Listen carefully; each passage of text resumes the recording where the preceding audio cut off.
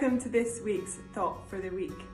Sutton Schoolswork is a Christian charity that works around all sorts of different schools in the borough of Sutton. This week we're going to be thinking about the topic of community, so let's get started. What's your community like? What do you like about it? What don't you like about it?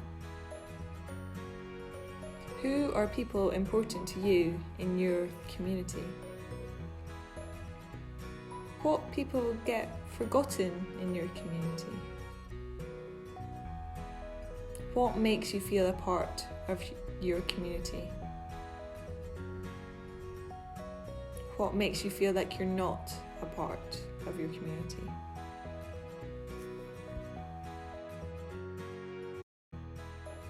As you begin to think about this, particularly as lockdown restrictions are being lifted, it doesn't take long to realise that we are all part of a community, one way or another. Whether that's where you live geographically, whether that's a channel you subscribe to on YouTube, a group or a club you're a part of in or out of school, a hobby you enjoy, a sport you like to play, a faith that you might have. All of those examples show that we are all part of a community. As Becca and I are Christians, we are part of the church community.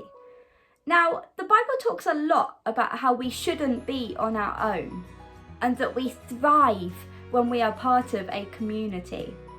And there's a book in the Bible called Ecclesiastes, which is all about wisdom and advice. And it puts it like this: 2 people are better off than 1, for they can help each other to succeed.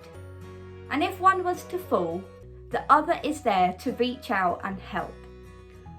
Now, this passage isn't just talking about a couple of people together.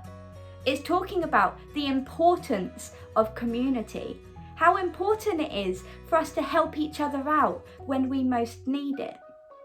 So as we begin to see lockdown restrictions slowly beginning to ease, it's a great opportunity for us to not only feel a part of our community, but help each other out when we most need it. And that's going to look different in all kinds of situations, and that is okay. As always, we like to end our videos with a challenge. So this week, if you look in the description below, there's a link to this worksheet. And what we want to encourage you to do is to go for a walk around your local area and either draw or take a picture to put on the worksheet.